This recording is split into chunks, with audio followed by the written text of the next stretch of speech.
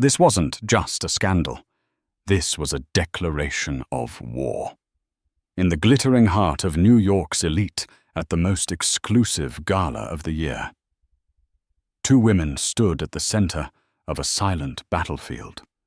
One was the wife Aria Vance, a woman carved from ice and old money. The other, Serafina Rivers, the ambitious mistress who believed she had already won. The weapon of choice, a glass of $5,000 a bottle Bordeaux, spilled deliberately onto a priceless white gown. But the mistress made one fatal mistake. She mistook her opponent's silence for weakness. She didn't realize the trap was already sprung. The air at the Metropolitan Museum of Art's annual Unity Gala wasn't just air. It was a pressurized, perfumed atmosphere of power. Tonight it felt like a tomb to Aria Vance. She stood beside her husband, Marcus Vance, the man of the hour. He was being honored as Titan of the Year by the industry. His hand was at the small of her back, a proprietary gesture that felt less like affection and more like an anchor. He smiled, a dazzling white flash of expensive dentistry for the cameras. Aria smiled back, a practiced, precise curving of her lips that didn't dare touch her eyes. Her eyes were the color of a winter sky, and tonight they held a dangerous frost. "Aria, darling, you look breathtaking," whispered Anastasia DeWitt, a rival from her Vassar days, whose husband was on the board of Marcus's company, Vance Innovations. "Thank you, Anastasia. You must tell me where you found that unique shade of chartreuse," Aria replied, her voice smooth as silk. The compliment landed like a velvet-wrapped stone. Anastasia's smile faltered before she was swept away by the crowd. Aria was wearing a custom gown by a designer so exclusive he only worked for 3 clients worldwide. It was fashioned from heavy ivory-white silk, falling in a clean architectural line from her shoulders to the floor.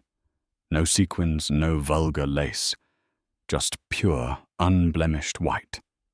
An intentional choice. She wanted to look pure, untouchable, like alabaster. It was a lie, of course. She was deeply, irreparably touched. Tainted not by her own actions, but by his. Marcus leaned in his breath, smelling of expensive scotch. "Work the room, Aria. Arthur Holloway is by the Egyptian wing. Remind him whose side he's on for the Singapore deal." "Of course, Marcus," she murmured. His side. It used to be their side. She'd known about the affair for 6 months, 2 weeks and 4 days. She hadn't found a text. She hadn't smelled cheap perfume. Marcus was too smart for that. Aria had found it in the one place he thought she'd never look, the corporate ledger. Aria wasn't just a wife. She was a Vance by marriage, but she was a Davenport by birth. Her family hadn't just invested in Marcus's startup. Her father's $50 million seed money was his startup, and she had retained a 40% stake, a fact Marcus seemed to conveniently forget. She also retained her father's financial mind. The discovery had been a single anomalous line item, SR Consulting, $75,000, project development. There was no SR Consulting, not a real one anyway. Aria had hired Mr. Davies, a man who specialized in discreet inquiries, the kind that never saw a courtroom but could topple empires. Davies was ex-MI6, precise and utterly without sentiment. Within 48 hours, he had a name, Serafina Rivers, 26 years old, a marketing coordinator in Marcus's own company. Ambitious, ruthless, and possessing a portfolio of assets, a new condo in Tribeca, a leased Mercedes G-Wagon that far outstripped her $90,000 salary. The $75,000 was just the first payment. Davies had found 3 more, totaling over $300,000, funneled through shell accounts. It wasn't just adultery, it was embezzlement. He was stealing from his own company. From her company. Tonight, Marcus was receiving an award for the very success he was busy siphoning off to his mistress. The irony was so bitter, it almost made Arya laugh. But she wouldn't laugh. Not yet. She scanned the room, her gaze gliding over the billionaires and senators. Her eyes found Mr. Harrison, her personal head of security. He was not on Marcus's payroll. He was on her family's. Harrison had been with the Davenports since before Arya was born. He stood near the main entrance, built like a linebacker, wearing a flawless tuxedo and an earpiece. His eyes met hers across the crowded hall. She gave a single imperceptible nod. He nodded back. All assets are in place.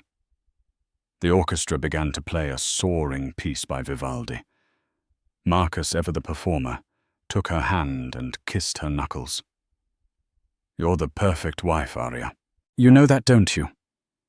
"I try my best to be exactly what you deserve, Marcus," she said, her voice a perfect crystalline bell.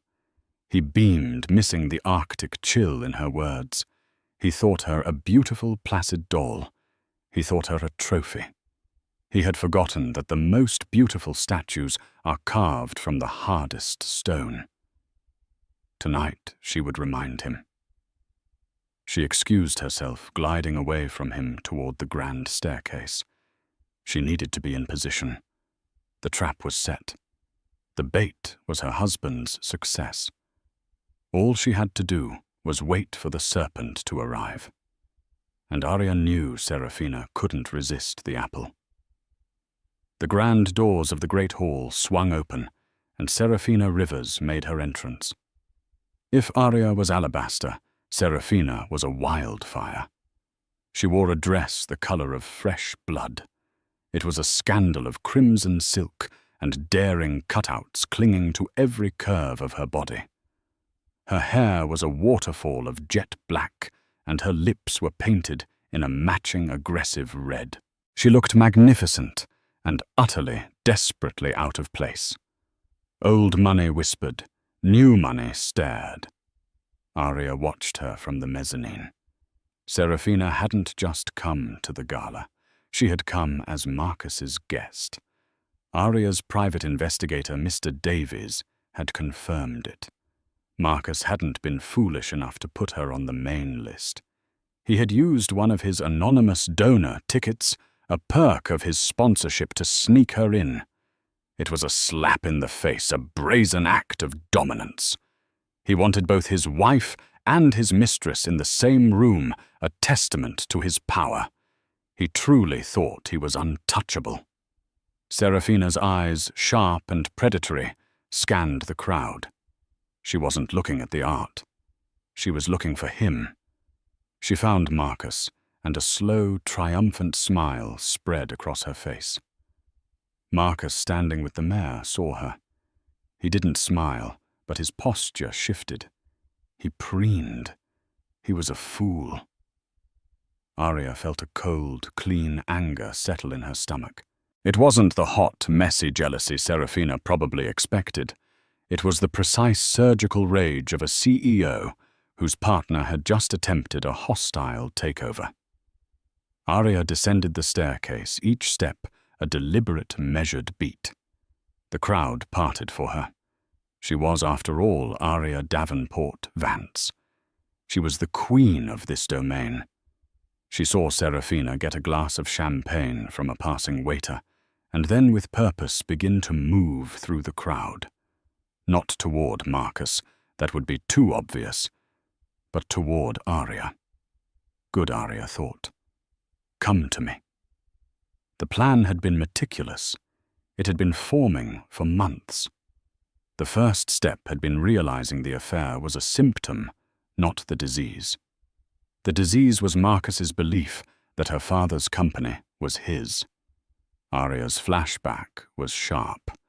6 months ago, sitting in Mr. Davies's sterile office, looking at photos. Serafina laughing as she got into Marcus's Bentley. Serafina wearing a diamond necklace. Arya recognized one Marcus had claimed was a loss on a business trip. "What do you wish me to do, Mrs. Vance?" Davies had asked, his voice a gravelly monotone. "I want to know everything," Arya had said, her voice shaking only slightly. "Not just about her. About him. I want to know where every single dollar he's invested without my approval has gone." The file he produced 2 weeks later was what broke her. It wasn't the photos of the hotels in Paris or the apartment in Tribeca. It was the bank transfers. Marcus was systematically dissolving the liquid assets from the Davenport family trust, which he managed, and funneling them into high-risk personal ventures under Serafina's name. He wasn't just cheating. He was building a new life, a new empire with Arya's inheritance. He was planning to leave her with the hollowed-out shell of her father's legacy. The restraining order had been Susan Gray's idea. Susan was Arya's lawyer, a woman with a shark's smile and a spine of tungsten. "We can't just file for divorce, Arya," Susan had said, tapping her pen on the file. "He'll hide the assets. He'll drag it out for years. You'll be in court while he's on a beach with her, living on your money. No. We need leverage. We need to strike." The restraining order wasn't against Marcus. It was against Serafina Rivers. "On what grounds?" Arya had asked. "Corporate espionage," Susan said. "She's an employee. He's the CEO. He is feeding her proprietary data and company funds. We'll frame it as her extorting him. We'll add a harassment clause. We have your testimony that you've seen her near your home. Mr. Davies's photos will confirm it." "She's never been near my home," Arya said. "She will be," Susan replied. And she had been. Arya had arranged it. She'd accidentally leaked her private yoga instructor's schedule. Serafina, in her arrogance, had shown up at the same studio trying to invade Arya's space. Davies's photographer was waiting. The temporary restraining order was granted by a judge at 4:00 p.m. that afternoon, just 3 hours before the gala. It explicitly forbade Serafina Rivers from coming within 100 yards of Arya Vance or her place of business, which tonight was this gala. Serafina, currently sipping champagne 50 yards away, and closing, had no idea she had just walked into a federal-level legal trap. Arya positioned herself near the Rodin sculptures, a strategic point in the room. It was well lit, highly visible, and near the main thoroughfare. Mr. Harrison was 15 feet away, ostensibly guarding the art, but his focus was entirely on her. Serafina was getting closer. She stopped to talk to a producer, her laugh too loud, her crimson dress a gash in the tasteful sea of navy and black. She was a heat-seeking missile, and Arya was her target. Arya took a flute of mineral water from a tray. She held it loosely. She waited. Her heart was not pounding. It was slow, steady, and cold, like a drum beating time for an execution. The predator was now just feet away, her eyes locked on the alabaster wife. Serafina's smile was a bright, cruel blade. She was ready to make her move. The narrative that Serafina Rivers was a brilliant predatory mastermind was one she had carefully crafted herself. The truth Arya knew was far more pathetic. Serafina was a weapon, but Marcus was the one aiming her, and her own arrogance made her a sloppy one. The real key to the entire operation wasn't Mr. Davies or Susan Gray. It was a woman named Chloe Benson. 3 months ago, a nervous young woman had managed to get through Arya's private security line. She was a temp in the Vance Innovations accounting department. She was also Seraphina's former roommate. Mrs. Vance, Chloe had stammered, perched on the edge of a priceless Louis XVI chair in Aria's sitting room. I think you're in trouble. I think the whole company is. Aria had listened, her hands steepled. Chloe painted a portrait of Seraphina that was all sharp edges and desperate ambition. She wasn't always like this, Chloe said, twisting a tissue in her hands. But then she saw an opening. She stole my final project from my MBA, a proposal for streamlining international logistics. She presented it as her own to Mr. Vance. That's how she got his attention. Aria's eyes narrowed. She stole your work. She said it was just borrowing. But then she got the promotion. And then she started seeing him. And she changed. Chloe's eyes filled with a mixture of fear and resentment. She brags about it. She calls you the Ice Queen and the museum piece. She told me that Mr. Vance was going to retire you, that he was setting up a new venture with her, and that they were going to be in Singapore by Christmas, and you'd be left with nothing. Aria sat perfectly still. Why are you telling me this, Miss Benson? Because she's not just betraying you, Mrs. Vance. She's betraying the company. And she stole my work. She ruined my chance. Chloe took a shaky breath. And honestly, she's just plain cruel. She's bragging about destroying you and I don't think you deserve that. Aria saw the opening. This wasn't just a jilted roommate. It was an asset. Miss Benson, what if I could ensure that your proposal was seen by the right people? What if I could ensure that your career wasn't over, but was just beginning? Chloe's eyes widened. What would I have to do? Just keep listening, Aria had said. She trusts you. She brags to you. I want to know every time she brags. Chloe Benson had become Aria's inside woman. It was Chloe who provided the final damning piece of evidence, the password to Seraphina's personal laptop, where she and Marcus kept their Singapore plans. The laptop contained the offshore account numbers, the timelines, and Marcus's explicit instructions on how to drain the funds. It was corporate treason on a scale that made Aria's blood run cold. Marcus wasn't just planning to leave her. He was planning to bankrupt the company her father had built and leave thousands of employees jobless, all to fund a new life with a 26-year-old marketing coordinator. Now at the gala, Aria wasn't just circulating. She was setting the board for the next phase of the war. She found Arthur Holloway, the 70-year-old board member who had been her father's best friend. "Arthur, you look well," she said, kissing his cheek. "Aria, my dear, your father would be so proud tonight. Marcus is a prodigy." Aria's smile was tinged with sadness. "Arthur, I'm worried about Marcus. He's been distracted, working so hard. I'm afraid he's missing things." Arthur's brow furrowed. "Missing what? The Q4 projections are stellar." "I know, but I saw some irregularities in the logistics accounts, large consulting fees I didn't recognize. I'm sure it's nothing but it's my father's legacy. Would you do me a personal favor and call for an emergency audit tomorrow, just for my peace of mind?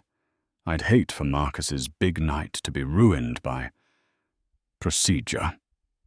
Arthur looked at her, truly looked at her.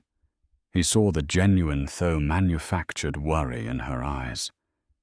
He knew her. He knew she had her father's brain. If she was worried about an account, it was worth a look. "For you, Aria." "Of course. I'll make the motion first thing. Consider it done." "Thank you, Arthur. You're a true friend." One piece in place. Next, she moved to Diana Croft, the most ruthless financial journalist at Forbes.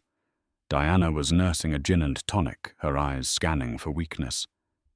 Diana. "Wonderful piece on the solar venture last month," Arya said.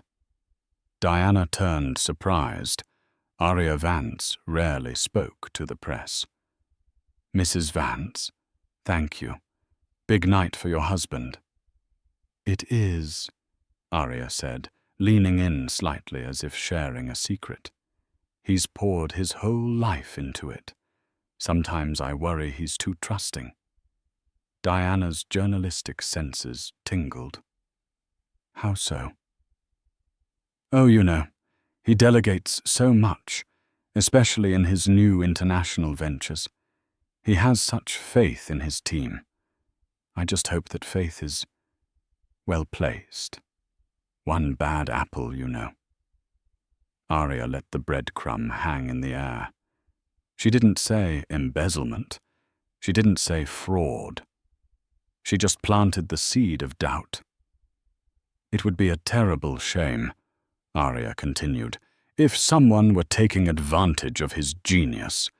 Keep an eye on the Vance Innovation stock tomorrow morning. I have a feeling things might get volatile." Diana's eyes widened. This was more than a socialite's prattling. This was a tip. "Volatile why?" "I've already said too much." Arya smiled, tapping Diana's arm. "Enjoy the party." Two pieces in place. Arya turned her work done. She saw Serafina, who had been watching her. She saw the jealousy radiating off the younger woman. Serafina saw Arya the queen holding court, talking to the very people Serafina longed to know. And now Serafina was done waiting. She squared her shoulders, picked up a fresh glass of wine from a tray. Not champagne this time, but a deep staining Bordeaux, and began her final approach. The air grew thick. Mr. Harrison subtly shifted his weight, his hand moving to his lapel. Arya stood still, waiting. The white dress, the red wine. The stage was set. Serafina Rivers moved like a shark cutting through the murmuring sea of high society. She had one target. She had waited months for this moment, a public confrontation to stake her claim. In her mind, this was her coronation. She stopped 2 feet from Arya. Her perfume, a heavy, musky scent, was an assault. "Arya," she said. Her voice was too familiar, layered with a sickening false sympathy. "I hardly recognized you. You look tired." The few people nearby, sensing the sudden drop in temperature, fell silent. Arya turned slowly, her expression one of mild curiosity, as if addressing a slightly confused waitress. "I'm sorry, have we been introduced? I'm Arya Vance." The color rose in Serafina's neck. "Oh, that's good. That's really good. Playing the Ice Queen. We both know who I am, Arya." "I know you are Serafina Rivers, a junior employee in my husband's marketing department." Arya said, her voice clear and precise. "What I don't know is why you're speaking to me." A small crowd was forming. This was better than the auction. Serafina's smirk was pure acid. "I'm just here to congratulate you. It must be so hard, standing by your man, knowing you're not the one who inspires him anymore." Arya didn't flinch.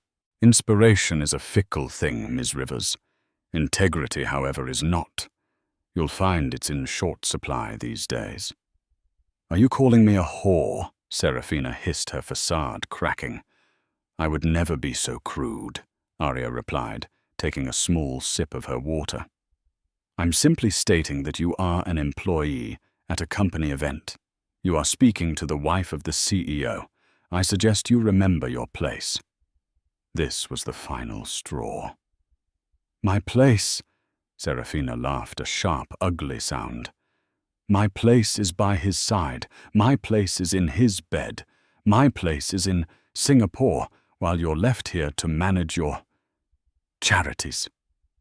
She had said it, the one word that confirmed everything. Singapore. Aria's face remained a perfect placid mask, but inside the final lock clicked into place. The confession. You're pathetic, Serafina spat her eyes wild. You're an empty, cold porcelain doll, and this dress, white, trying to tell everyone you're still so pure, it's a joke. Aria looked down at her white dress, then back up at Serafina. And red. So desperate, trying to mark territory that will never, ever be yours. The calm, dismissive truth of it struck Serafina harder than any slap. She was nothing. She was a passing fancy, and Aria knew it. In that moment, Serafina's frustration, her ambition, and her humiliation boiled over. She had to leave a mark. She had to stain this woman who refused to break. "Oh, you bitch," Serafina snarled, and she tripped. It was a clumsy theatrical lurch. The glass of deep red Bordeaux left her hand arcing through the air in a perfect slow-motion wave. It struck Aria square in the chest. The gasp from the crowd was a physical force. The wine, dark as blood, exploded across the pristine ivory-white silk. It splashed up onto Aria's neck, dripping down the architectural folds of the skirt pooling at her feet. It was a desecration. Serafina straightened up her hand, flying to her mouth in a mockery of shock. "Oh my God! Aria, I am so clumsy. Look at your dress. It's ruined." The smirk in her eyes told the real story. She had won. She had marked her. She had proven in front of everyone that Aria could be soiled. The hall was dead silent. Marcus across the room had seen the commotion and was starting to push his way through, a look of thunder on his face. Diana Croft, the journalist, was already taking notes. Arthur Holloway looked horrified. Aria Vance stood drenched in red wine, the centerpiece of her own humiliation. She didn't gasp. She didn't cry. She didn't even look at the stain. She held Serafina's triumphant, vicious gaze. A tiny, almost imperceptible smile touched the corner of her lips. She lifted her chin, looked just past Serafina's shoulder, and spoke one simple, devastating word. "Now." For a fraction of a second, Serafina Rivers savored her victory. She had done the unthinkable. She had shattered the Ice Queen's facade in the most public way possible. Then two things happened at once. The first was the sound of a professional's voice, loud and clear, cutting through the stunned silence. "Ma'am, step away from Mrs. Vance." The second was the feeling of two hands, hard as steel, gripping her upper arms. Serafina yelped, spinning around. Mr. Harrison was on her left, and another man in an identical suit, one of Aria's private team, not the museum's, was on her right. They didn't just hold her. They seized her, their grips painfully tight. "What are you doing?" Serafina shrieked, her voice cracking. "Get your hands off me. It was an accident." "Ma'am, you need to come with us, immediately," Harrison said, his voice a flat, emotionless wall. "You can't do this," Serafina thrashed, her crimson dress twisting. Marcus, tell them to let me go." Marcus had finally shoved his way to the epicenter. He saw Aria stained red. He saw his mistress held captive by his wife's security. His face was a mask of pure, unadulterated rage. "Harrison, what in the hell do you think you're doing?" Marcus bellowed, reaching for the security guard. "Stand down. That is a direct order." Mr. Harrison didn't even look at him. He kept his eyes on Arya. "My orders come from Mrs. Vance, sir, and Mrs. Vance alone." The statement hung in the air, a stunning public transfer of power. Marcus froze his hand, still outstretched. The entire gala, hundreds of New York's most powerful people, were witnessing a CEO being overruled by his own household staff. "Let her go, Arya," Marcus snarled, turning his fury on his wife. "This is insane. She apologized. It was an accident." Arya finally moved. She stepped forward, the ruined white dress swishing. The wine was still dripping onto the marble floor. She looked past Marcus, past Serafina, to the museum's official head of security, who was rushing over his face, pale with panic. "This woman," Arya said, her voice amplified by the silence, "is Serafina Rivers." "Arya, stop it," Marcus commanded. Arya ignored him. "She is not an invited guest at this gala. She is an employee of my husband's, whom he smuggled in under a false name." A new, more interested murmur swept the crowd. This was escalating from a catfight to a full-blown corporate scandal. "That's a lie," Serafina screamed, still struggling. "I'm his guest." "Tell them, Marcus. Furthermore," Arya continued, her voice gaining strength, "as of 4:00 p.m. this afternoon, Ms. Rivers is the subject of a temporary restraining order file number 3A9822, filed in the state of New York." Serafina's struggling stopped. The blood drained from her face. What did you say?" Arya produced a folded document from her small, elegant clutch. She didn't hand it to Serafina. She handed it to the museum's head of security. "The order explicitly forbids Ms. Rivers from coming within 100 yards of me, my home, or my place of business. This gala is a private event hosted by Vance Innovations. She is in direct violation of a court order." "This is ridiculous." Serafina was hyperventilating now. I was never served. I never saw any papers. You were served electronically at 4:15 p.m. to the email address you have on file with HR, Arya said coolly. "You were probably too busy getting your hair done to check it. Your presence here is a criminal offense. Your accidental spill," and here Arya's eyes bored into Serafina's, "is criminal assault." No. "Marcus, she's lying. This is insane." Serafina looked at Marcus, her eyes wide with terror. But Marcus wasn't looking at her. He was looking at Arya. A new dawning horror on his face. He wasn't seeing his placid wife. He was seeing a stranger, a cold, calculating strategist who had just cornered him in front of his entire world. "Arya, whatever this is," he said, trying to keep his voice low, "call them off. We will discuss this at home. You are making a scene." "I am finishing a scene, Marcus," Arya corrected him. "One that you started." She turned back to the museum guard. "This woman is trespassing. She has violated a legal order. And she has assaulted me. I want her removed, and I will be pressing charges." "No." Serafina's scream was primal. This wasn't the plan. "Let's go," Harrison growled. He and the other guard didn't just escort her. They dragged her. Her heels scraped against the marble floor. The image was brutal and shocking. Serafina Rivers, who had entered like a queen, was being hauled out like a common criminal. "You can't do this to me," she shrieked, her face contorted. "I love him." "He loves me, Marcus. Don't let her do this, Marcus." Her voice echoed through the great hall, even after she disappeared from view. The doors slammed shut.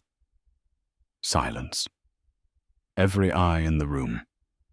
Arthur Holloway's, Diana Croft's, the mayor's, was now locked on Marcus Vance, the titan of the year, who stood frozen.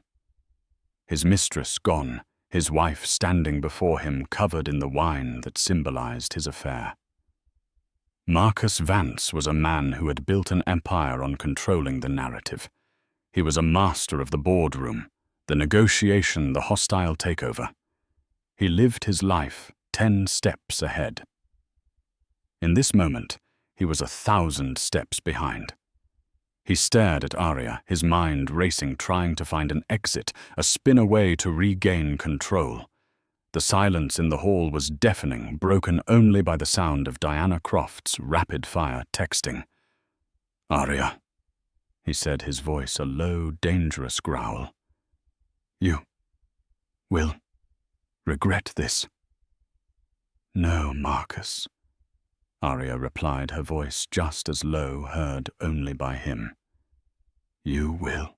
She saw Arthur Holloway, the board member, pushing through the crowd toward them. His face was no longer horrified. It was cold. "Marcus," Arthur said, his voice a deep baritone that commanded respect. "A word. In the anteroom. Now." It wasn't a request. It was a summons. The board was asserting its power. "Arthur, this is a private matter." Marcus tried, attempting to regain his footing. "My wife is overwrought." "She doesn't look overwrought, Marcus," Arthur said, his gaze flicking to the stain, and then back to Marcus's eyes. "She looks thorough. I'm also told," he added, pulling out his phone, "that a motion has just been filed for an emergency audit of our international logistics accounts, citing significant financial irregularities. That Marcus is a board matter." Marcus's blood ran cold. Irregularities. Logistics. He looked at Arya. Her expression was serene. It wasn't just about the affair. She knew about the money. She knew about SR Consulting. She knew about Singapore. This wasn't an emotional outburst. This was a coup. The presenter on stage, unaware, began to speak. "And now, the moment we've all been waiting for. The 2025 Titan of the Year award, Mr. Marcus Vance." A smattering of confused, hesitant applause started. Marcus was trapped. On one side was the board demanding answers about the money. On the other was the stage demanding his presence. And in the middle was his wife, the architect of his demise. Arya stepped closer, so close he could smell the wine on her dress. "Here's what happens next," she whispered, her voice a sliver of ice. "You have 2 choices. Option 1, you follow Arthur into that room. You'll be pulled from the stage, and Diana Croft will print that you were escorted out by the board for suspicion of embezzlement. Your mistress will be booked for assault, and she will tell the police everything to save herself, including your little Singapore plan. You will be in a holding cell by morning. Your company, your reputation, everything, gone. By dawn." She let that sink in. Marcus's breathing was shallow.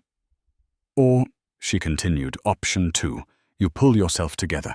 You walk up on that stage, you accept your award, and you pretend this was all just a terrible misunderstanding with a troubled young employee.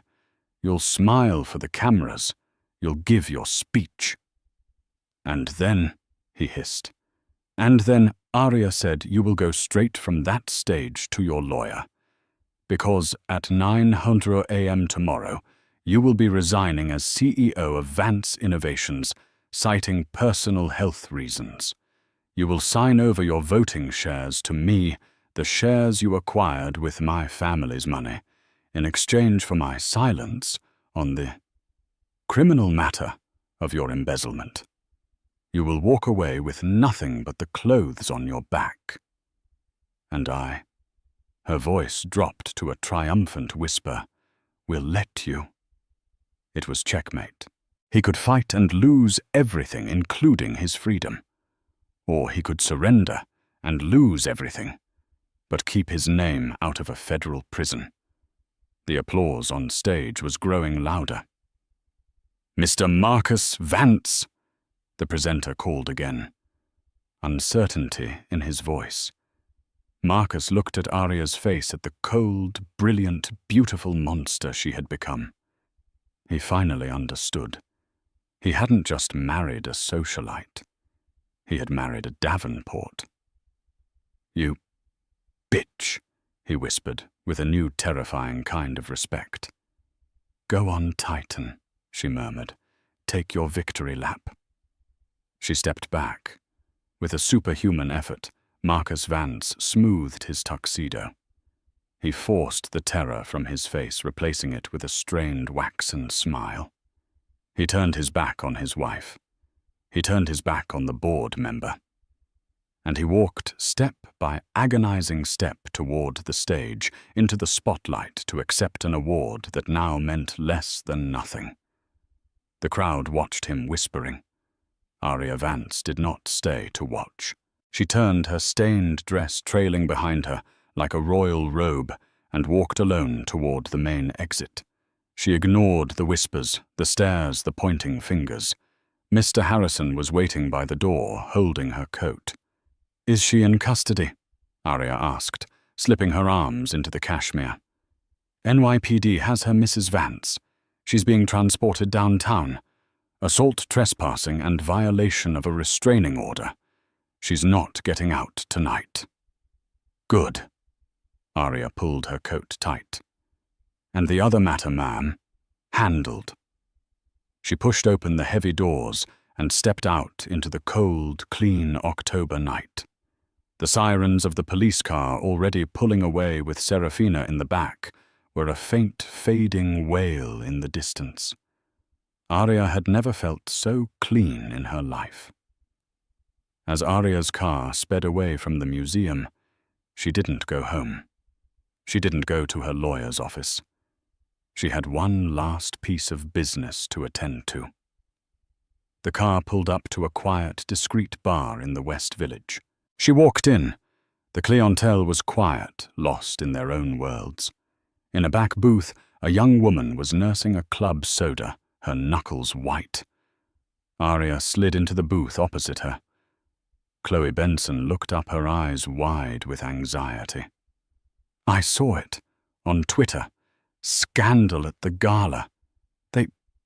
They said she was dragged out. They said you were covered in wine. Did it work? Mrs. Vance?" Arya unbuttoned her coat, revealing the ruined dress. Chloe gasped. "It worked," Arya said. "It worked perfectly." Chloe let out a breath she seemed to have been holding for months. "Oh, thank God. I was so worried. When I gave you that password, I thought, what if he finds out? What if she finds out? She has other things to worry about," Arya said dryly. "As does he." Arya's mind went back to that crucial day 3 months ago. Chloe hadn't just provided the password. She had provided the key to Serafina's psychology. "She's not just greedy Mrs. Vance." Chloe had explained, her voice trembling. "She's vain. She can't stand being ignored. She hates you because you have everything she wants, and you don't even seem to try. She thinks you're weak." "Let her," Arya had replied. "She wants to replace you, publicly. She said her dream was to go to the Unity Gala, the one Mr. Vance is being honored at, and force you out. To make you look small." A plan had clicked into place in Arya's mind. "A public confrontation." "Yes," Chloe whispered. "Then we shall give her one," Arya had said. "But it will be on my terms, not hers." Arya had used Chloe's intel to build the perfect trap. She knew Serafina would be smuggled in. She knew Serafina would seek her out. And she knew Serafina, when confronted by Arya's unbothered facade, would do something physical, something staining. The white dress had been bait. The restraining order was the snare. Mr. Harrison was the executioner. Now, in the dim light of the bar, Arya reached into her clutch and pulled out a slim navy blue envelope. She slid it across the table. Chloe looked at it confused. "Open it," Arya said. Chloe's hands trembled as she opened the flap. Inside was not a check. It was a letter on heavy cream-colored cardstock. It was a formal job offer. Vance Innovations. Head of International Logistics Strategy. Chloe whispered, her eyes filling with tears. "But this is a vice president position.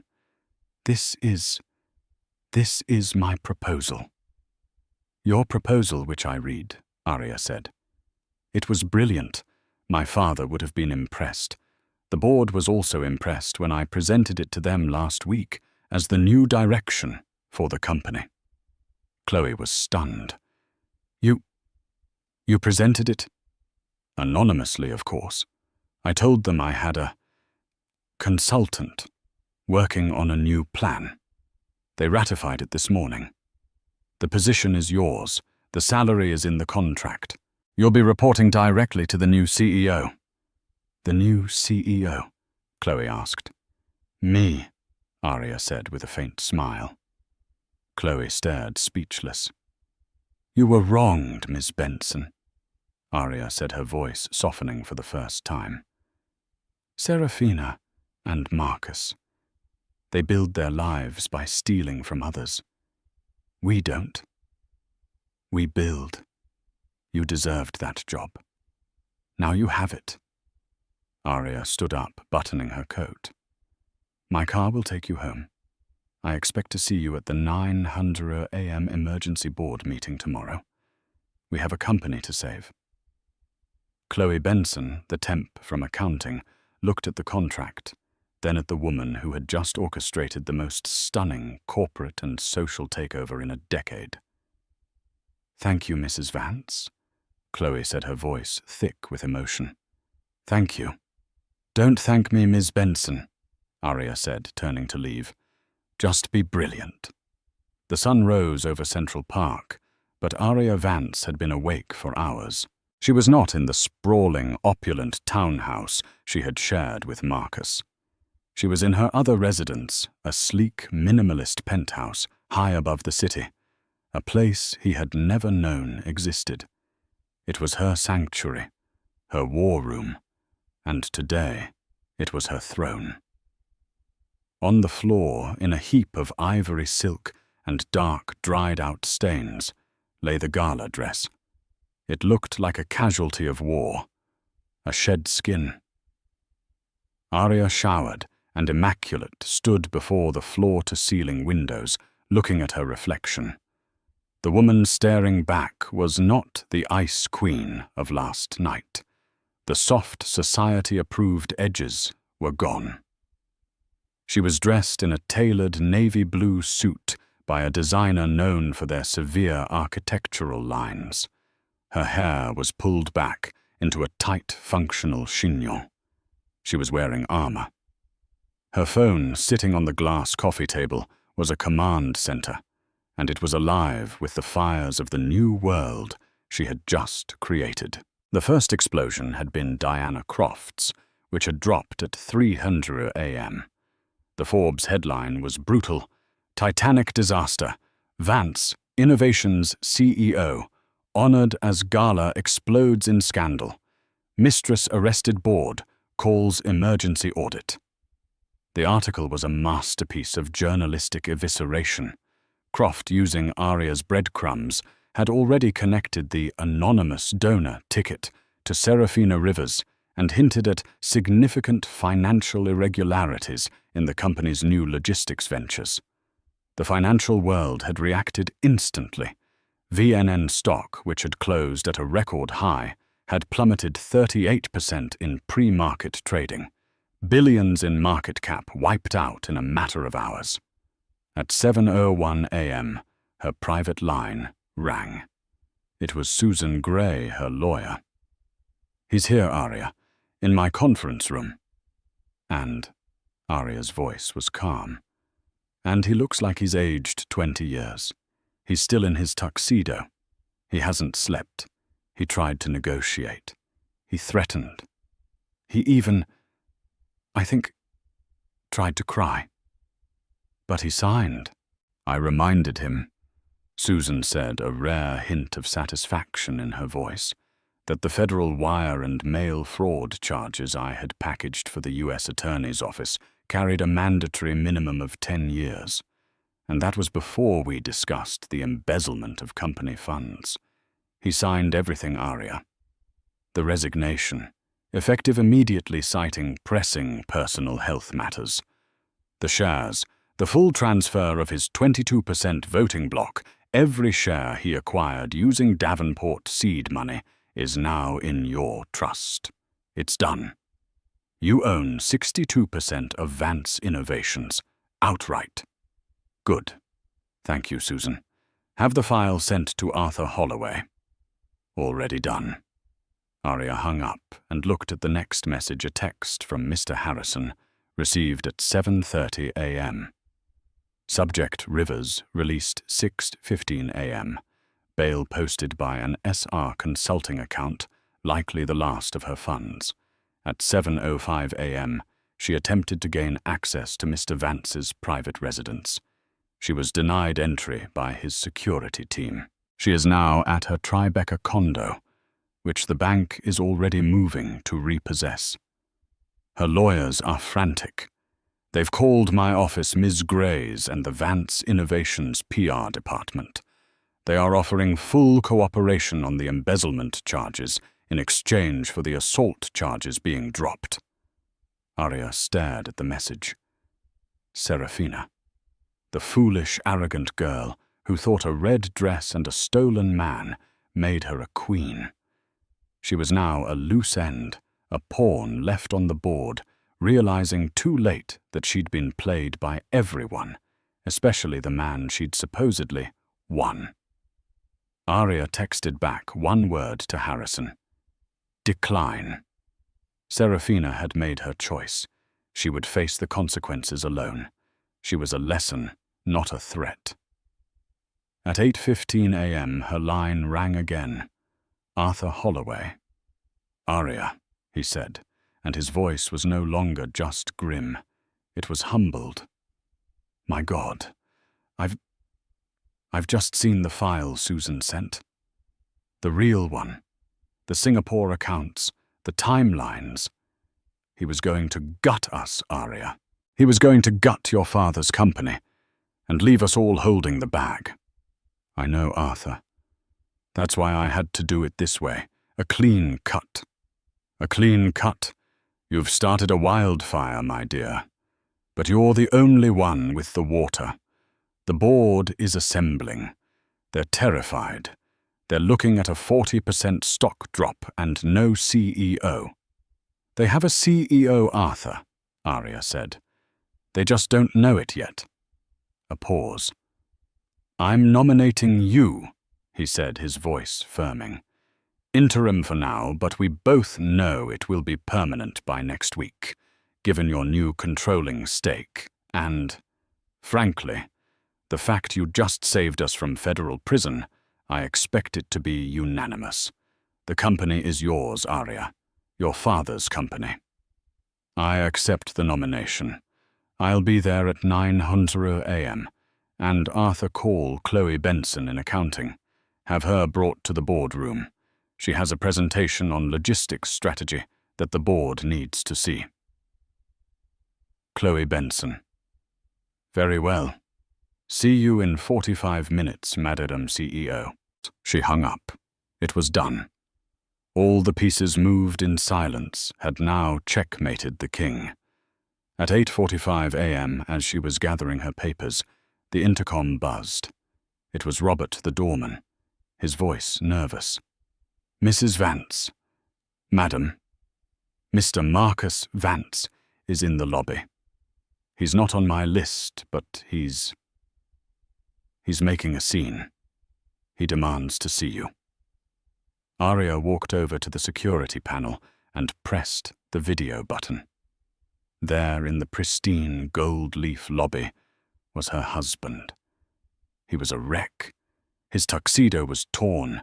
His hair was wild. His face a mask of sleepless, desperate fury. He was shouting at the doorman, jabbing his finger. The Titan of the Year was a common drunk. Arya pressed the talk button. Her voice was as clear and cold as the glass she looked through. "Robert?" The shouting stopped. Marcus froze, looking up at the camera he knew she was behind. "Robert," she repeated. "You are correct. He is not on my list. He is a disgruntled former employee. Please have him removed from the premises. If he refuses, you have my full authority to call the police." She turned off the monitor, cutting him off mid-shout. Her phone buzzed. A text from him, a last pathetic attempt. "You won't get away with this. You'll run that company into the ground. You need me." Arya looked at the message. She thought of the museum piece and the Ice Queen. She realized they were never insults. They were miscalculations.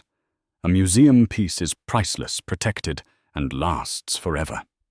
An Ice Queen rules a frozen, silent kingdom, and nothing gets in without her permission. She didn't just delete the message. She blocked his number. A final digital banishment. She picked up her briefcase. It wasn't her small, elegant gala clutch. It was her father's restored leather attaché case, which had sat in her closet for 10 years, waiting. She walked out the door, her heels clicking on the marble floor. She didn't look back at the ruined white dress. The reign of Marcus Vance had ended in a spectacular splash of red wine. The reign of Arya Vance was just beginning in a flood of cold black ink. And just like that, the game was over. What Serafina thought was an attack was just the final move in Arya's checkmate. This story just goes to show you never, ever underestimate the person who seems to have nothing left to lose. They might just be the one holding all the cards. What did you think of Arya's revenge? Was it brilliant justice, or was it colder than the ice she was named for? Let me know your thoughts down in the comments. I read every single one. If you love stories of epic drama, satisfying twists and justice served cold, then you are in the right place. Don't forget to hit that like button, share this video with someone who needs a little drama, and most importantly, subscribe to the channel and ring that bell. You won't want to miss the story I have for you next week. The click of the suitcase latch was the sound of my world ending. Outside, the Seattle rain hammered against the window pane, a furious, chaotic rhythm that matched the frantic beating of my heart. His back was turned to me, a stiff, unyielding silhouette against the grey light.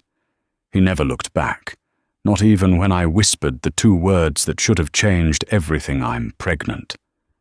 He just paused his hand on the doorknob and said, without a hint of emotion, "That's your problem now, Sophie. Not mine."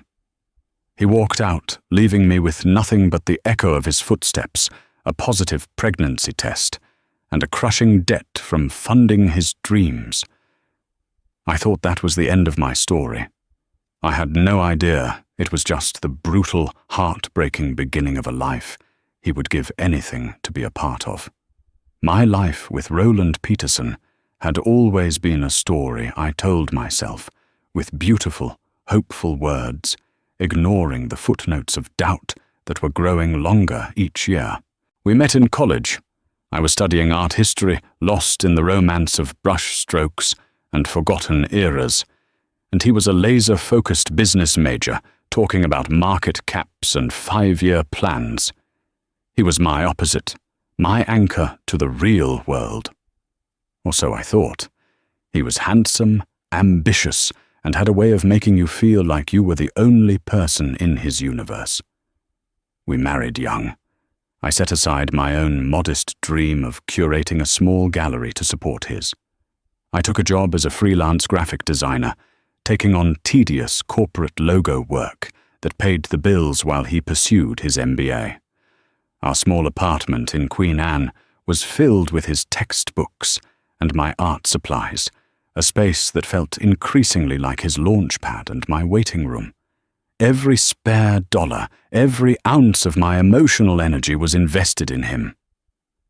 When I make it big at Viridian Capital, Sophie, he'd say, kissing my forehead, I'll buy you that gallery. We'll travel the world. Just be patient. Patience became my primary virtue. I celebrated his internship, his graduation, his first high-paying job at Viridian Capital, a prestigious investment firm downtown. I cooked his favorite meals, ironed his expensive shirts, and listened endlessly to his complaints about his boss, Gregory Hines, and his rivals at the firm. I was his cheerleader, his confidant, his partner, but as his salary grew, so did the distance between us. He started working later, his business dinners became more frequent, and the woman he often mentioned, Naomi Decker, the daughter of a real estate tycoon, became a recurring character in his stories. Naomi's father could be a huge client, he'd explain, shrugging off my unease. It's all about networking, Soph. The day it all fell apart began with a dizzy spell. I'd been feeling off for weeks, a quiet hum of fatigue and nausea I'd dismissed as stress. But on that rainy Tuesday the world tilted, and a small, thrilling, terrifying suspicion bloomed in my mind. I bought a test on my way home from a client meeting. 2 pink lines appeared almost instantly. Joy, pure and electric, shot through me. This was it. This was the one thing that could bridge the growing gap between us. A baby. Our baby. It would make us a family again. I planned to tell him over a special dinner, but he came home late, smelling faintly of a perfume that wasn't mine. He was cold, distant, and agitated. He didn't want dinner. He wanted to talk. Sophie, we need to be realistic. He began pacing the living room we'd furnished with my meager freelance earnings. My career is at a critical stage. The partners are looking at me for the next promotion. I need to be agile, unencumbered. Unencumbered? What are you talking about, Roland? I asked, a knot of dread tightening in my stomach. I'm talking about us, he said, finally stopping to look at me. His eyes, once so warm, were like chips of ice. This isn't working anymore. I need a different kind of partner. Someone who understands my world. Someone who can help me move forward, not hold me back. The words were a physical blow. Hold you back. I've done nothing but support you. I put my life on hold for you. And I appreciate that, he said the phrase dripping with condescending finality. But we're on different paths now. That's when I saw the suitcase already packed, standing by the door. It was real. He was leaving. Panic seized me, and I blurted out the only thing I had left. Roland, wait. I whispered, my voice trembling. I'm pregnant. I expected him to stop to turn around for the ice in his eyes to melt. I expected shock, maybe even fear, but something human. Something that acknowledged the life we created. Instead, he just paused. The silence stretched for an agonizing 10 seconds. Then came the words that would be seared into my memory forever. That's your problem now, Sophie. Not mine. He opened the door and walked out into the rain without another glance. The latch clicked shut. I stood there frozen until my legs gave out, and I collapsed onto the floor, my hand protectively covering my still flat stomach. I was 28 years old, pregnant in debt from his student loans that were in my name, and completely, utterly alone. The world wasn't just grey, it had lost all colour. For the next few weeks, I operated in a fog of grief and survival. I called my best friend Jessica, who came over with groceries and righteous fury, her words a temporary balm on my gaping wound. I called his parents, who offered clipped, uncomfortable sympathies before making it clear they stood with their son. The financial reality hit me like a second tidal wave. Roland had been the primary earner. My income barely covered the rent, and now I had his student loan payments to contend with. He'd convinced me to co-sign, promising to refinance as soon as he got his first big bonus. He drained our joint savings account, leaving me with $280. I started selling my furniture, my old art books, anything of value just to keep the lights on. Every day was a battle against morning sickness and mounting panic. I was drowning, and the man I had given everything to had not only refused to throw me a life raft, he had pushed me into the water. Life settled into a grim routine. I woke up, fought off a wave of nausea, worked 12-hour days on soul-crushing design projects for pennies, ate cheap ramen, and fell into a restless sleep, often waking up from nightmares where I heard the click of that suitcase latch over and over. Jessica was my rock, but I could see the toll my despair was taking on her. I felt like a ghost, haunting my own life. About 2 months after Roland left, a letter arrived. It was different from the red-lettered bills and junk mail that usually filled my mailbox. The envelope was thick, creamy cardstock with an embossed return address, Carter Dean and Partners, LLP, Park Avenue, New York. My heart sank. I assumed it was another debt collector, a more sophisticated one perhaps. With a sigh, I tore it open. The letterhead was heavy, the typeface elegant. It was addressed to me, Ms. Sophie Miller. Dear Ms. Miller, it is with a heavy heart that I must inform you of the passing of your great-uncle Mr. Walter Hemlock. I am Benjamin Carter, the executor of Mr. Hemlock's estate and his long-time legal counsel. Mr. Hemlock has named you as the sole beneficiary of his entire estate. It is imperative that you contact my office at your earliest convenience to arrange a meeting in New York. The matters to be discussed are of significant and urgent importance. I read it 3 times. Walter Hemlock, I barely remembered him. He was my grandmother's estranged brother, a figure spoken of in hushed, almost mythical tones. I'd met him once at a family funeral when I was 6. I remembered a tall, quiet man with kind eyes and a tweed jacket that smelled of old books and pipe tobacco. He had given me a crisp $5 bill and told me to always invest in curiosity. My grandmother had passed away years ago, and with her any connection to that side of the family. My first thought was that it was a mistake, or worse, a cruel scam. Sole beneficiary of what, an old watch and a box of dusty books. Still, the name of the law firm was real. A quick search on my phone confirmed they were one of the most prestigious firms in the country. A sliver of hope, something I hadn't felt in months, pierced through the gloom. With nothing left to lose, I used the last of my credit to book the cheapest flight I could find to New York. The offices of Carter Dean and Partners were on the 50th floor of a skyscraper overlooking Central Park. The lobby was a symphony of marble-polished brass and hushed importance. I felt small and shabby in my second-hand dress. Benjamin Carter was the opposite of what I expected. He wasn't a stuffy, intimidating lawyer. He was a man in his late 60s with the same kind eyes I remembered from my great-uncle, a warm smile and a calming presence. He greeted me not as a client, but as a long-lost acquaintance. "Sophie, thank you for coming," he said, guiding me into a vast office lined with leather-bound books. "Your great-uncle spoke of you often. He was very proud of the woman you were becoming." "He did, I barely knew him," I stammered, sinking into a plush leather chair. "Walter was a private man," Mr. Carter explained, sitting opposite me. He and your grandmother had a falling out decades ago, but he never stopped keeping track of his family. He knew about your art studies, your marriage. He knew your husband worked at Viridian Capital. My breath hitched at the mention of Roland.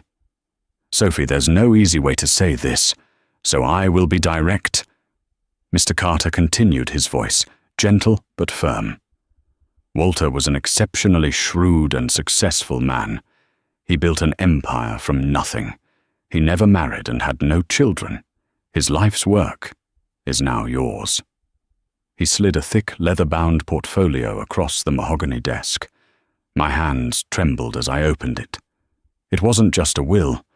It was a summary of assets. The numbers didn't make sense. They were followed by too many zeros. I saw names of corporations, stock portfolios, real estate holdings. There was a brownstone on the Upper East Side, a vineyard in Napa Valley, a collection of post-impressionist art, and a controlling interest in a diverse holding company called the Hemlock Group. The Hemlock Group. Mr. Carter elaborated, has significant investments across multiple sectors: technology, green energy publishing, and finance. My eyes scanned the list of financial holdings, my brain struggling to process the information.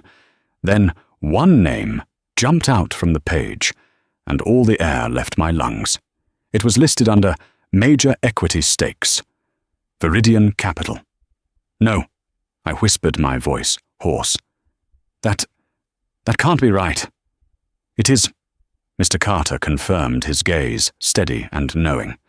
The Hemlock Group is one of the primary silent investors in the fund that employs your estranged husband. Walter acquired the stake 2 years ago. To be precise, Sophie, you now indirectly own a 17% stake in the partnership.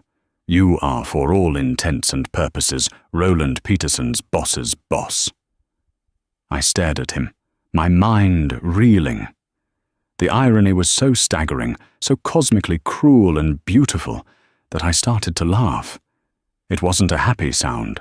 It was the hysterical, unhinged laughter of a woman whose world had been shattered, glued back together in the wrong shape, and then shattered again, only this time the pieces were made of solid gold.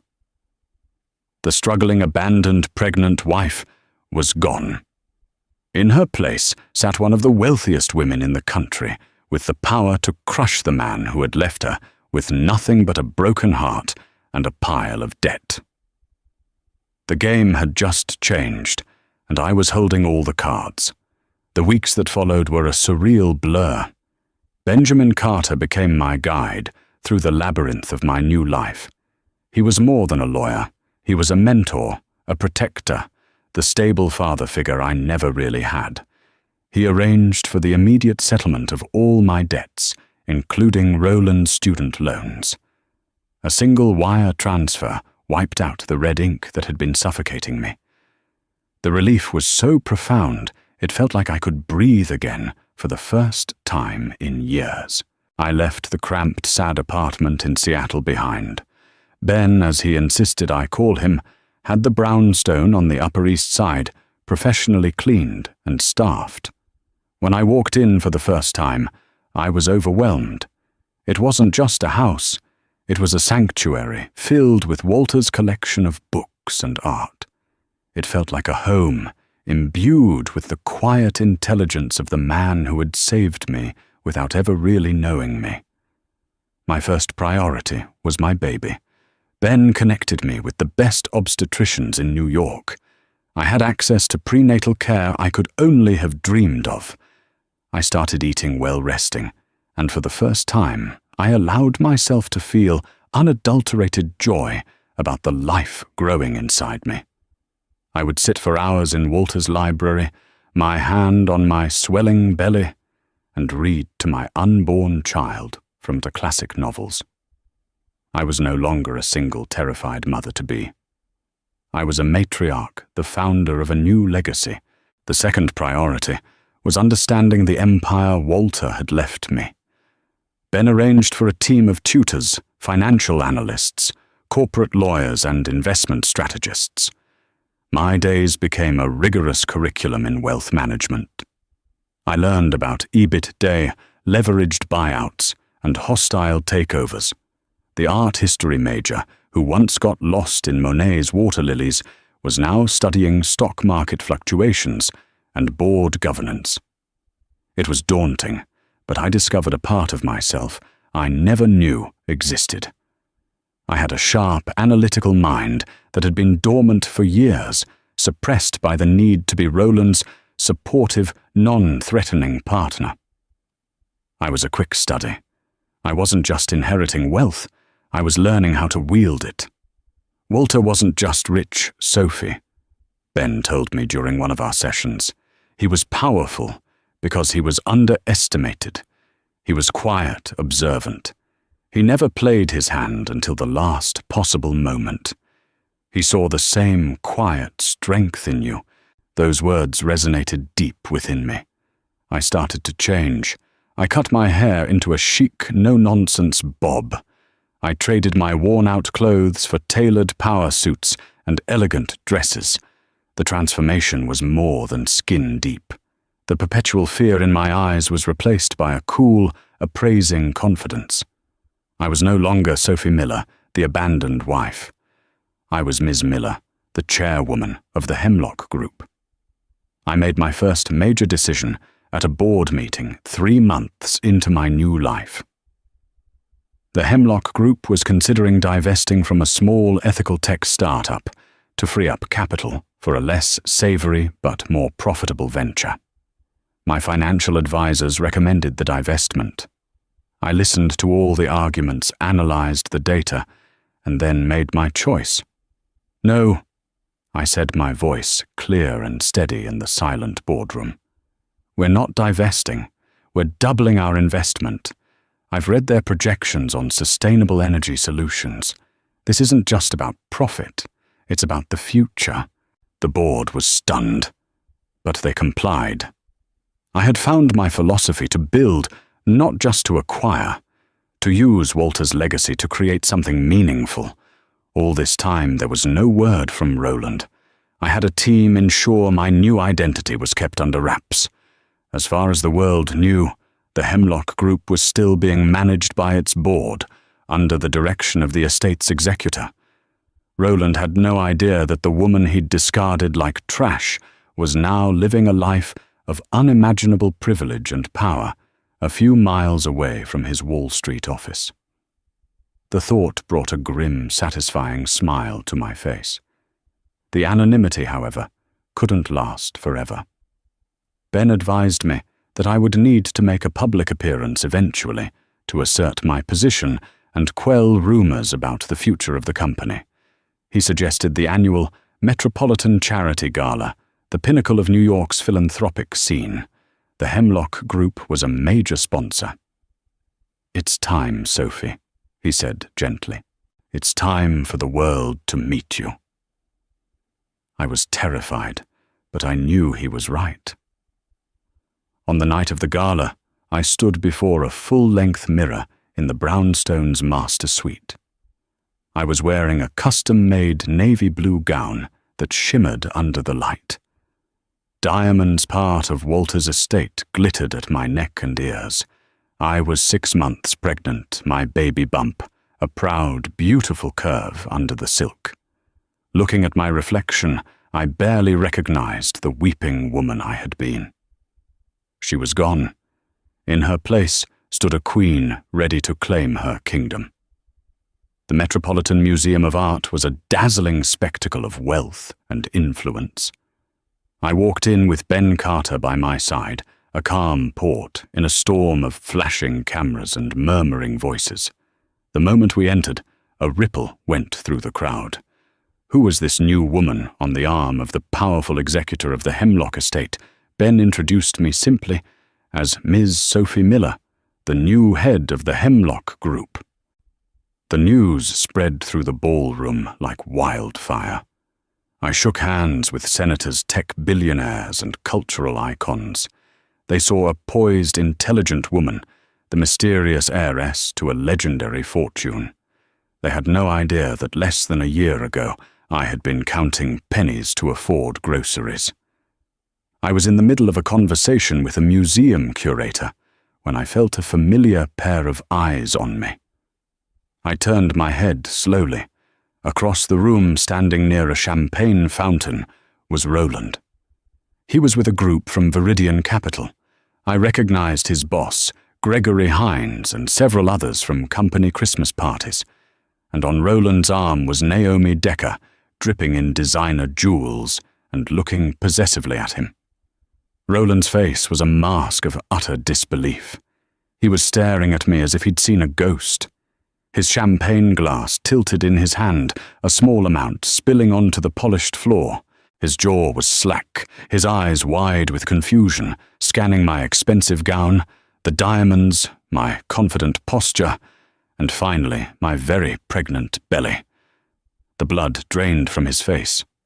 Our eyes locked for a moment across the crowded room. I didn't smile. I didn't scowl. I gave him nothing. I simply held his gaze, my expression cool and unreadable, before turning back to the curator and continuing my conversation as if he didn't exist. It was the most powerful thing I had ever done. For the rest of the night, I could feel him watching me. I saw him whispering furiously to Naomi, who kept shooting venomous, confused glances in my direction. I saw him approach his boss, Gregory, who looked over at me with a new sudden expression of deep respect and anxiety. The pieces were clicking into place in Roland's opportunistic mind. The next day, my phone a new number he couldn't possibly have buzzed with a text from an unknown number. Sophie. Is that really you? I saw you last night. You look amazing. We need to talk. I deleted it without replying.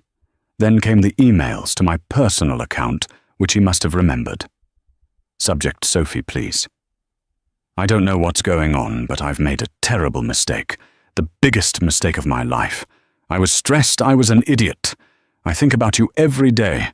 I think about our baby. Our baby. The hypocrisy was so blatant, it was almost laughable. I screenshotted it and sent it to my personal lawyer, another part of the team Ben had assembled for me. The call started a day later. He somehow got the number for the Brownstones' landline. My housekeeper, a wonderfully stern woman named Mrs. Gable, answered. The Miller residence, she said in her crisp British accent. I heard her pause. And who may I say is calling? Peterson. I'm sorry, sir, Miss Miller is not available. Please do not call this number again. She hung up with a decisive click.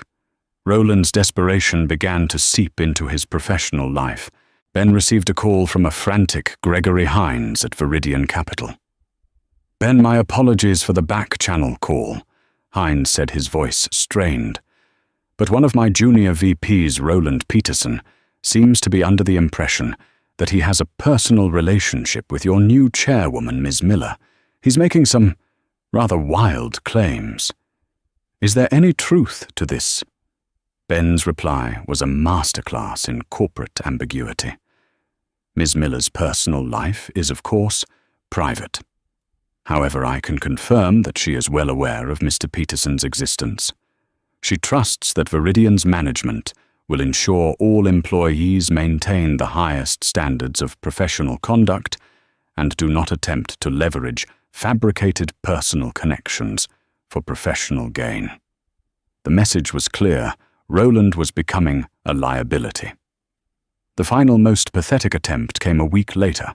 A courier delivered a large bouquet of expensive lilies to the brownstone.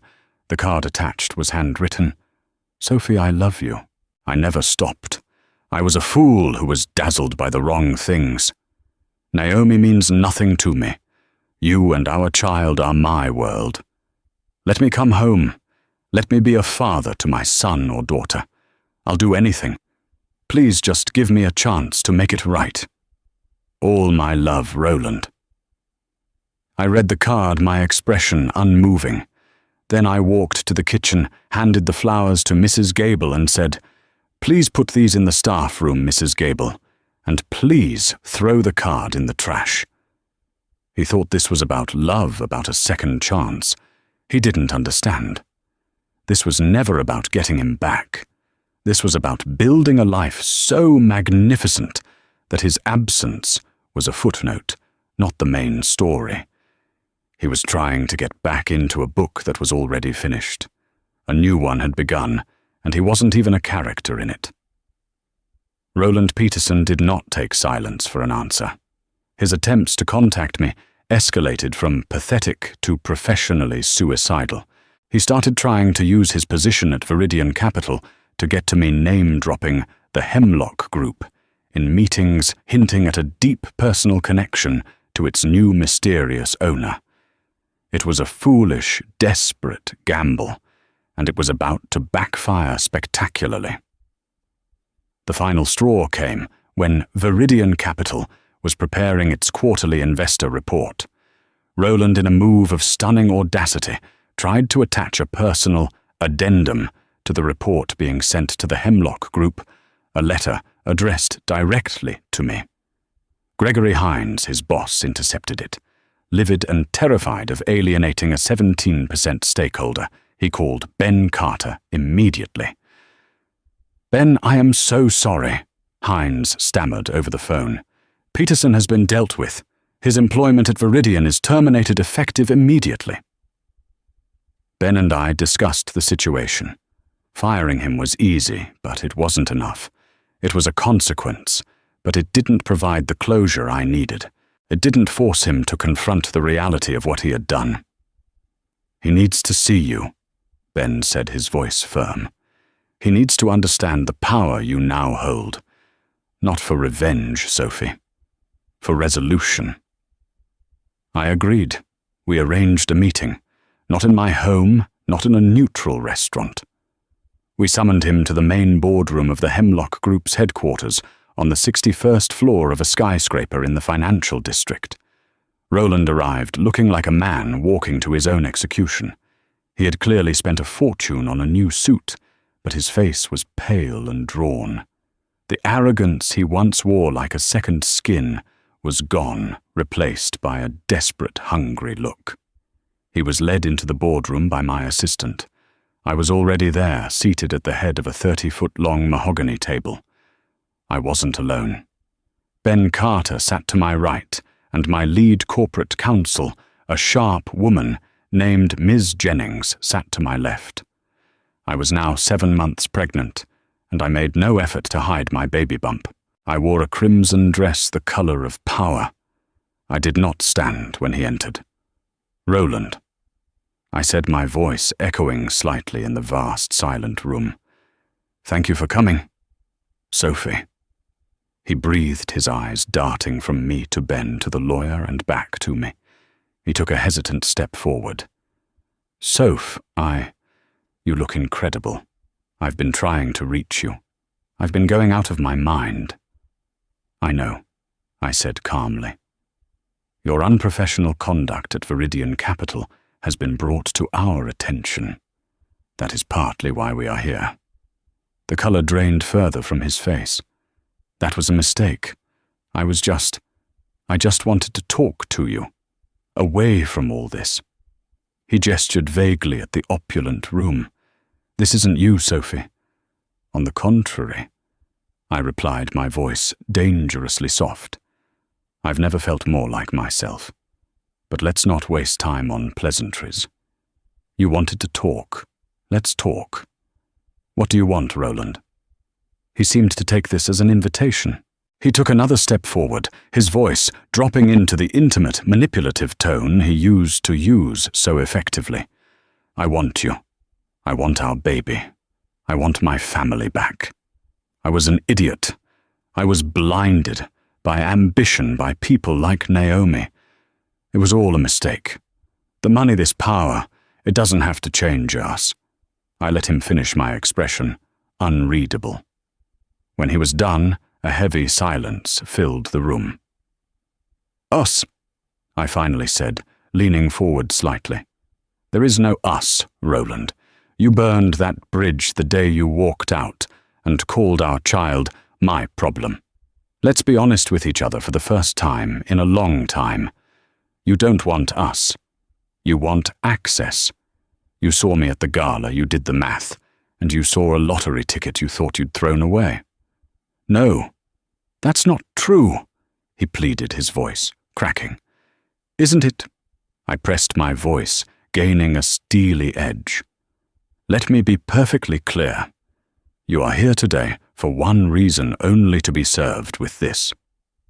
Ms. Jennings slid a document across the polished table. It stopped directly in front of him. That is a legally binding agreement, she stated, her tone glacial.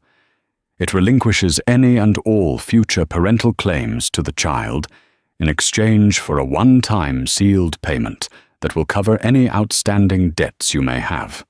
It also includes a permanent non-negotiable restraining order and a non-disclosure agreement that forbids you from ever speaking about Miss Miller or her child publicly or privately. Roland stared at the document as if it were a snake. Parental claims. A restraining order. Sophie, you can't do this. I am the father. I have rights. Rights. I scoffed, the sound sharp and humorless. Did you think about my rights when you left me pregnant and penniless? Did you think about our child's rights when you abandoned us for a woman with a richer father? You have no rights, Roland. You abdicated them. He looked at me, his eyes wild with desperation. I won't sign it. I'll take you to court. I'll tell everyone we'll have a custody battle. This was the moment. The final checkmate. I leaned back in my chair, placing a hand on my belly, and gave him a small, pitying smile. You're still thinking like a junior VP, Roland. Let me explain how this works from the chairwoman's seat. You want a custody battle. Fine. I will hire the best legal team in the country. We will drag this out for years. We will subpoena your phone records, your emails, your financial statements. We will depose Naomi Decker and her father. We will expose every single lie and every dirty secret you have. It will be the most public, most humiliating chapter of your life. And in the end, you will lose. I paused, letting the words sink in. And while all that is happening, the Hemlock Group will use its significant influence in the financial sector to ensure that the name Roland Peterson is toxic. No firm on Wall Street will touch you. You won't be able to get a job managing a Starbucks. I will not just defeat you in court, Roland. I will erase you from the world you so desperately want to be a part of. He stared at me, his mouth agape. The charismatic, confident man I had married was gone.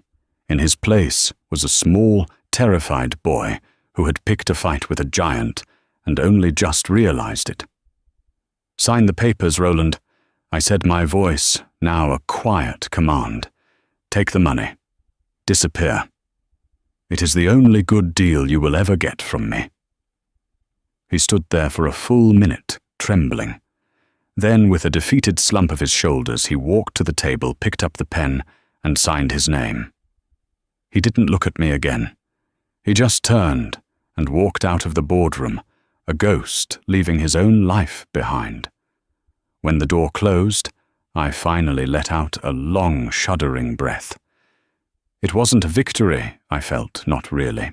It was a profound, aching sadness for the woman I used to be, and a quiet, steely resolve for the woman I had become. The past was finally truly buried. In the wake of the boardroom confrontation, a profound and heavy silence descended, the kind that follows a long and brutal storm. Roland Peterson was gone. He had signed the papers, taken the settlement, and dematerialized from my life as completely as a phantom at sunrise. The process was surgically precise. My lead counsel, Ms. Jennings, confirmed the wire transfer to a newly opened bank account, the receipt of the signed non-disclosure agreement, and the court filing of the permanent restraining order. Every legal door was sealed, every loose end cauterized. A week later, Ben Carter quietly slid a tablet across his desk to me, displaying a short blurb from a vapid online society column. It was a photo of Naomi Decker at some charity auction, smiling brightly on the arm of a much older, more established banking scion. The caption noted her amicable split from junior financier Roland Peterson, wishing him the best in his future endeavors. It was a cold transactional dismissal, a public relations execution. Roland had been an asset, his value had plummeted, and he had been liquidated. He was utterly, completely alone, a fate he had so meticulously crafted for himself. With his ghost finally exorcised, I could breathe. The constant low-grade tension that had coiled in my shoulders for nearly a year finally began to unwind. I poured that reclaimed energy into the two burgeoning empires that demanded my attention, my child and my company. The third trimester of my pregnancy was a time of intense, focused creation.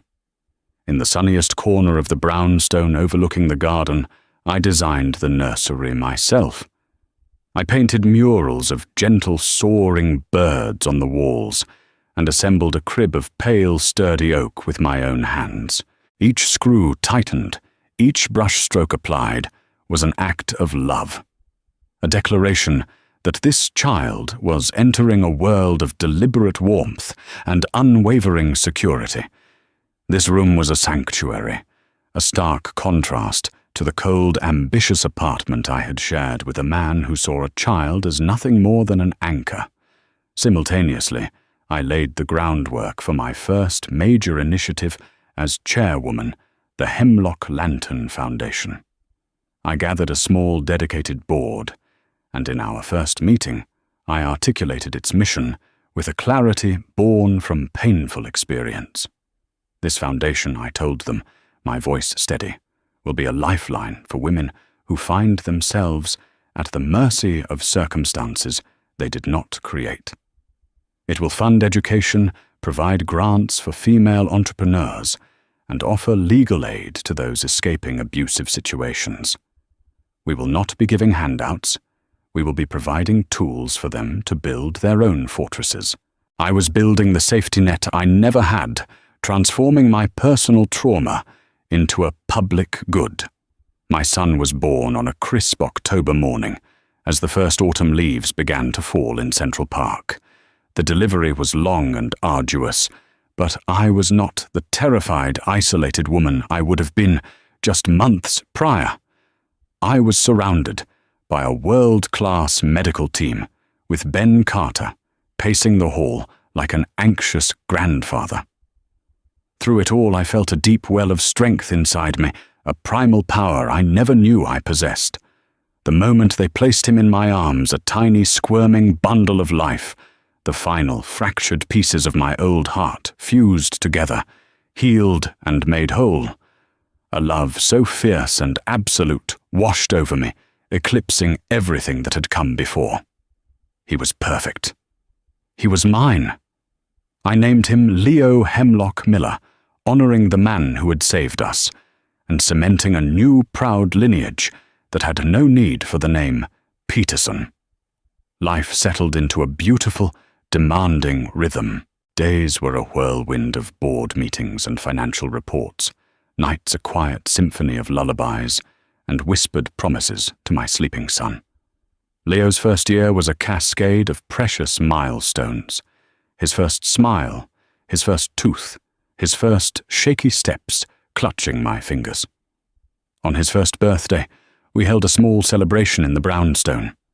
It wasn't a lavish affair, just myself, a beaming Ben Carter, and my wonderfully stern housekeeper Mrs. Gable. We ate cake, Leo smeared icing all over his face, and we laughed. In that simple sunlit room, I felt the profound truth of what I had built, a real family, forged not by blood, but by loyalty and love. Later that evening, after Leo was asleep in his crib, Ben asked to speak with me in the library. A fire crackled in the hearth, casting a warm glow on the leather-bound books that lined the walls. His expression was gentle, but carried a unique gravity that put me on alert. "Sophie with Leo, now a year old, there is one final piece of your great-uncle's estate that I must share with you," he began, his voice low. Walter was an exceptionally careful man. He planned for every contingency. He gave me specific instructions to wait until you were firmly established and the child was here before revealing this. He called it his fail-safe.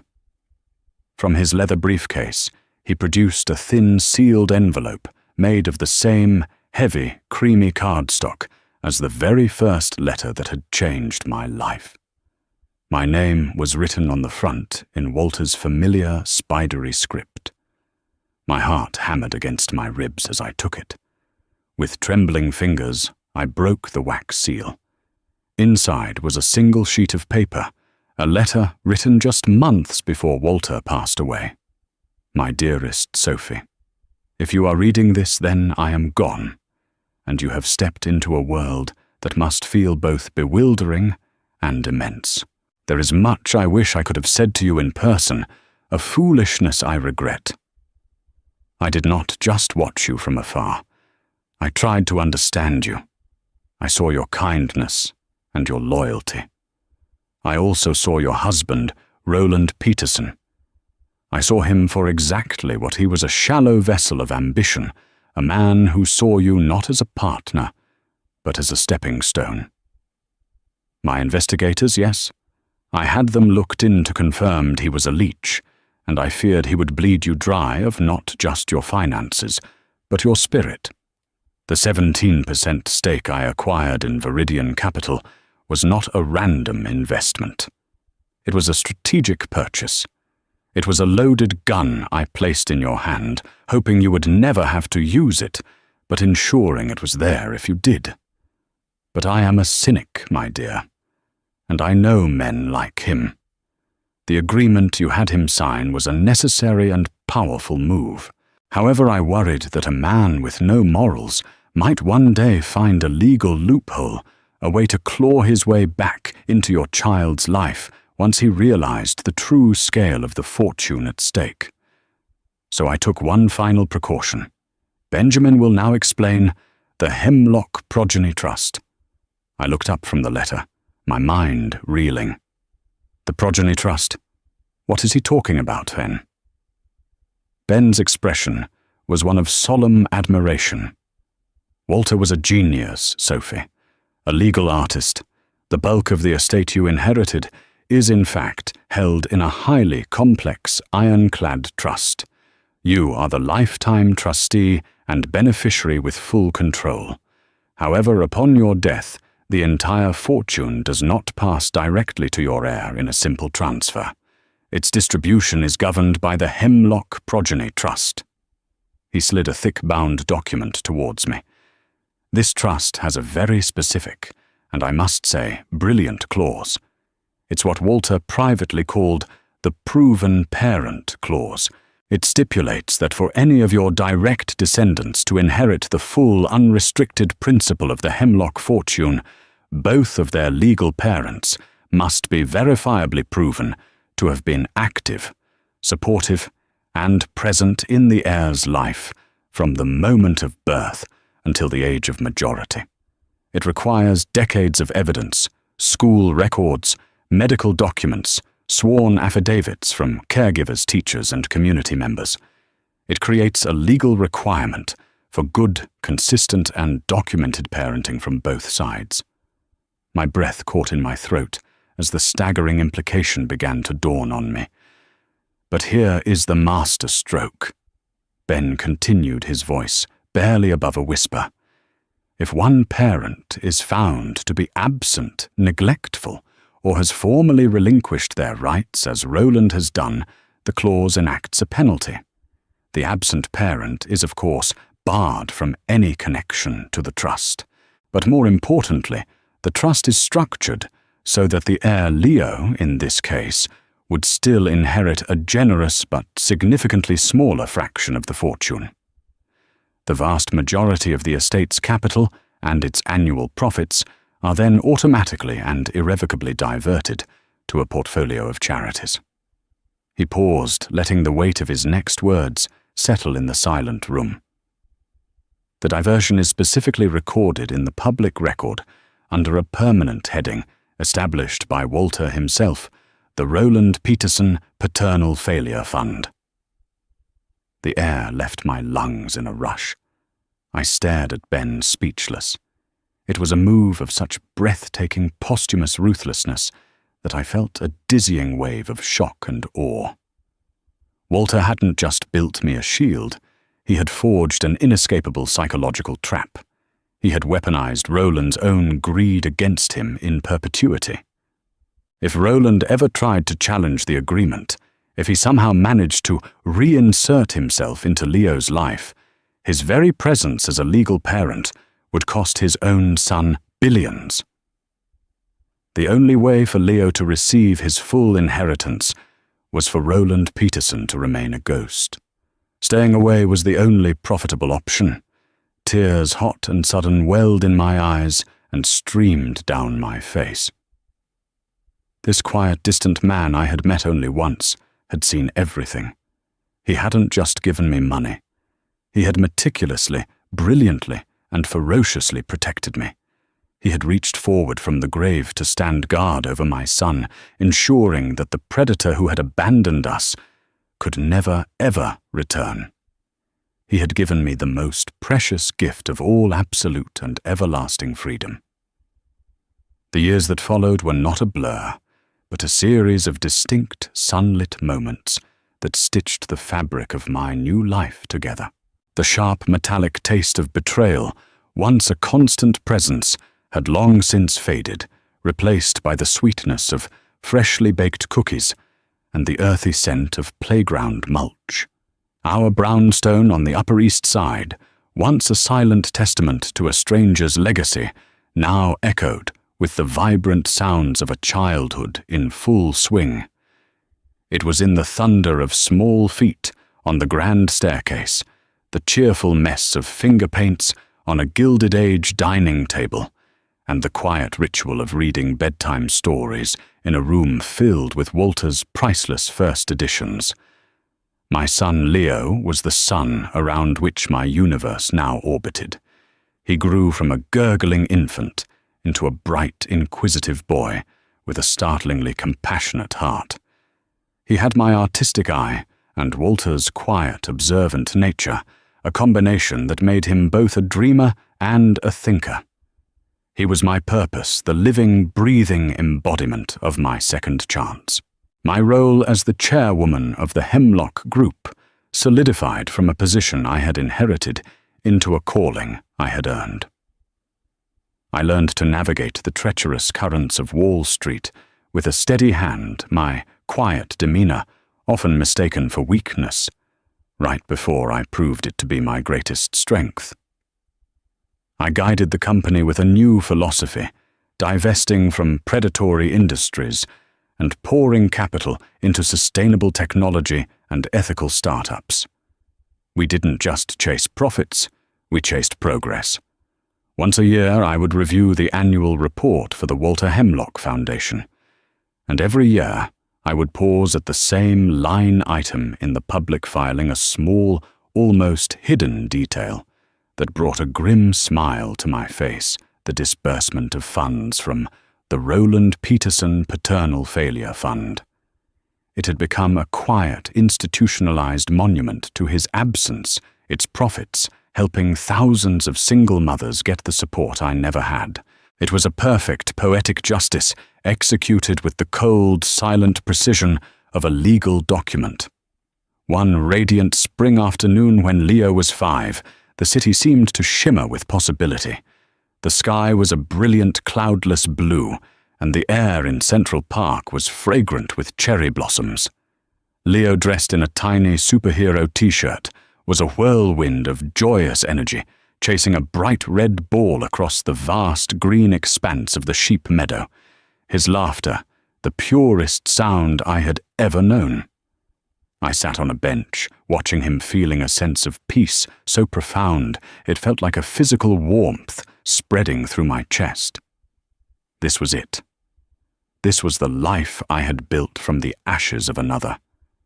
It was then that I felt it, a subtle shift in the atmosphere, the prickling sensation of being watched. It was a primal, instinctual feeling that momentarily chilled the warm afternoon. I scanned the periphery, my gaze sweeping over laughing families and sunbathing students.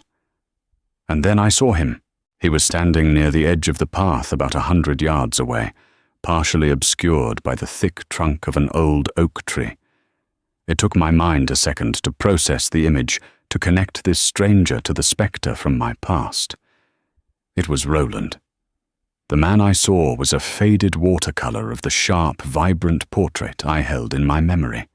The bespoke suit was gone, replaced by a drab, ill-fitting jacket. The confident, predatory stride had been worn down to a defeated slump of the shoulders. He was older, of course, but it was more than that. He looked tired, not just physically, but existentially, a man hollowed out by the ghosts of his own choices.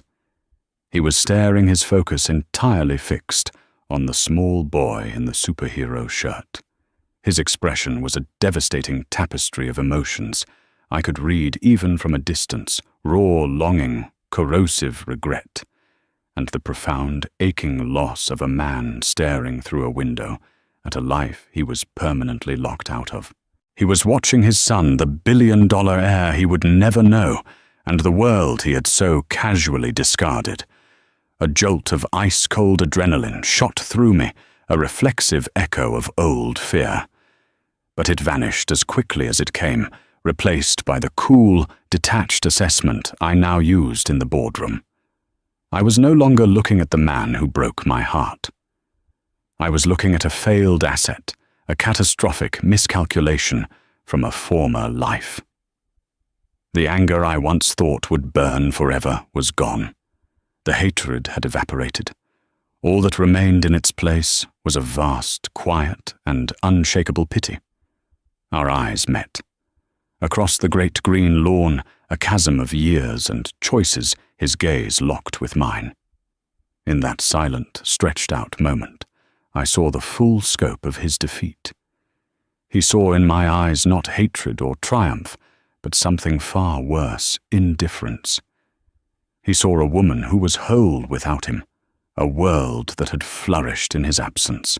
A flicker of sheer panic crossed his face, the terror of a ghost being seen, and he broke contact.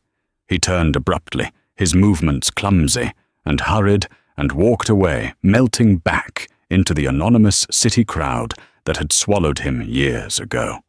He knew the rules of the cruel, brilliant game Walter had set. He could look, but he could never get closer. He was a phantom cursed to haunt the edges of a paradise he had willingly forfeited. My attention snapped back to the present as Leo came running towards me, his face flushed with exertion and pure joy, the red ball clutched triumphantly in his hands. "Mommy, I got it. Did you see how fast I ran?" he shouted blissfully, unaware of the spectre that had just passed through our perfect afternoon. I knelt on the grass and opened my arms, wrapping him in a fierce hug, burying my face in the sweet, clean scent of his hair. "I saw you, my love," I whispered, my voice thick with an emotion he was too young to understand. I saw everything. Holding my son, the true weight of my inheritance settled upon me. It was never the money, the brownstone, or the controlling shares. Walter's greatest gift was this moment, the freedom to be a mother without fear, the strength to build a world for my son, defined only by love and security. Roland Peterson hadn't left me with a problem to be solved. He had unwittingly given me my life's purpose. He had tried to be the final tragic chapter of my story, but instead, he was nothing more than the dark, necessary prologue to the epic of the queen who built her own castle not for a king but for her beloved prince. And in that kingdom, forged in resilience and ruled by love, there was no space, not even a shadow, for regret. Sophie's journey from a heartbroken, abandoned woman to a powerful, self-assured matriarch is a powerful reminder that our lowest moments can often be the foundation for our greatest strengths. She didn't just inherit a fortune, she inherited an opportunity to rediscover her own worth, a worth that was never tied to the man who failed to see it. Her story asks us a powerful question. What do we do when the world we built crumbles? Do we stay in the ruins, or do we use the rubble to build an empire stronger than before? Sophie chose to build not just for herself, but for her son, and for countless others. If this story of resilience, justice, and empowerment moved you, please show your support by hitting that like button. Share this video with someone who might need a reminder of their own inner strength. And don't forget to subscribe to the channel and turn on notifications for more real-life stories of triumph and transformation. What did you think of Sophie's final silent confrontation with Roland in the park? Let me know in the comments below.